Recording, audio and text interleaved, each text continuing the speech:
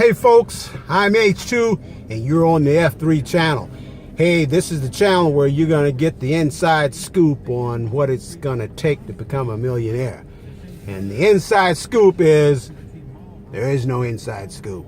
It's really all about choices. And you have the choice today to become a millionaire if you take the prudent steps to do so. Hey, what I want to talk about today is running your business. So, you know, I'm a proponent of being in business for yourself because that's really the quickest and most reliable way of becoming a millionaire. And that is being in business for yourself. And there's a number of reasons why that is so, but that's going to be on a different video. But what I want to talk about here is, running your business and running a business doing something that you love could be good or it can be bad. And let me explain why. There are primarily three things that I thought of that can fit the category of both good and bad when you're running a business that you love. And the reason why that is so is because you have so much invested in it. So the first one is spending the extra time is enjoyable. Now, so if you're a regular 40-hour week kind of a guy or gal, you're not going to spend extra time on the job unless your employer is paying you. But when you're working for yourself, there is no beginning of the day and there is no end to the day. And spending all of that extra time is enjoyable because you are doing what you love. Way back in the day, well, not too far back, but I used to be a contractor where we would do mostly remodel kind of stuff, but that was something that I loved with great passion, and I probably spent more hours doing it than I really should have, because when you're putting in that extra time, you're not getting paid.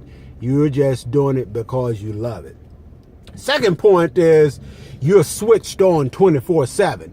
And what I mean by that is when you're in business for yourself and you're doing something that you love, you will always be open to new opportunities and new processes and new procedures to make your business even better. And so no matter where you go, whether you're working or you're on vacation or you're out having dinner with your family, you are switched on in terms of business. And that can be a good thing, but it can also be a bad thing. The last one is when you're in business for yourself and you're doing what you love, you will protect it like it's your child. And what I mean by that is you will do everything possible to make sure that business thrives. And if there's anything that you deem as a risk to your business, you will head it off to make sure it does not impact your business. And that's kind of like having a child. And if you've been a parent, you understand that particular concept. So those are the three things that I think that make that are good in terms of running a business you love. But those same three things can be bad. And let me explain why. First of all, the spending of extra time. As a business owner, doing what you love, you have to make sure that the time that you're spending in that business is revenue producing. And so I know from experience that all of the time that you spend in your business is not necessarily revenue generating or even potentially revenue generating.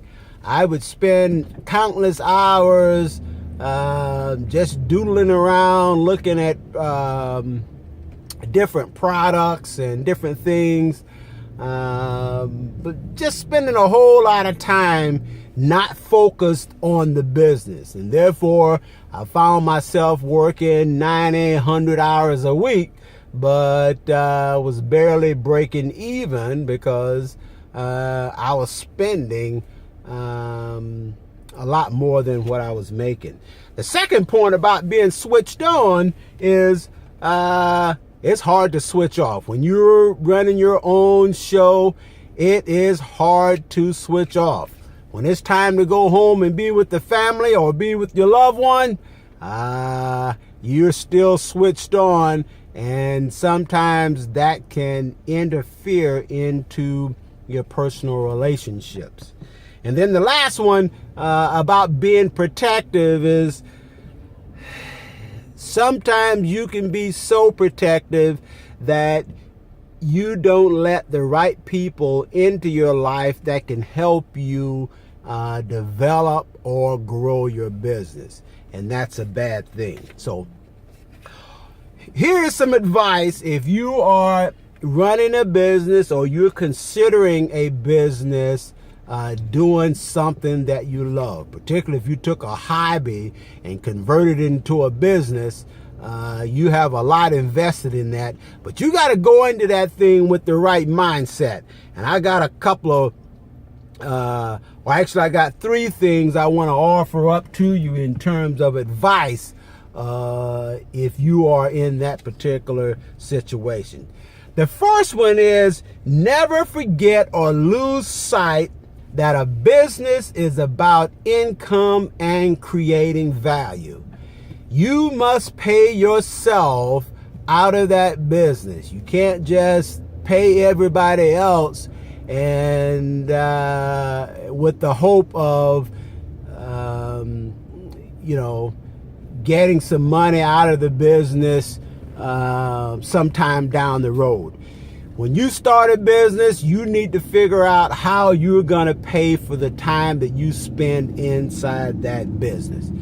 Furthermore, many business owners, don't have an employer 401k plan or some sort of retirement plan, and their retirement is really the value that they're building in that business, so that one day when they sell that business, they use those proceeds for their retirement.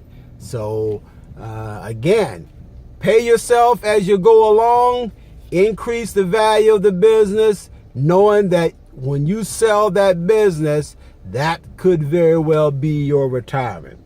Advice point number 2 is to develop and execute an exit strategy when the business is at its peak value.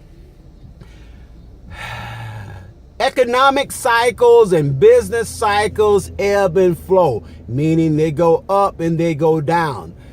They're somewhat predictable, and if you are getting to the point where you think you're getting ready to sell your business, you want to make sure you put your business up for sale when the value of that business is at the top. So, if the business goes down or if the economy goes down and then you decide to retire, you're leaving money on the table. So you don't want to do that. The third thing is to balance your time, resources, and efforts between existing business and new business. And what I mean by that is don't get stuck on one particular aspect of your business. As a matter of fact, I recommend you not have one business. If you were smart enough and motivated enough to start a business, you can start multiple businesses. And that's what I want you to do, so that you have multiple streams of income. So when those down cycles come in one business, you got another business to hold it up. All right. So that's my advice for you. And that's 3 things that you probably should consider if you're running a business, particularly if it's something you love, because the end result is for you to get from wherever you are to where you want to be. And I hope that's to be a millionaire. All right. Hey, that's all I got for you. Thanks for joining us. H2 signing off.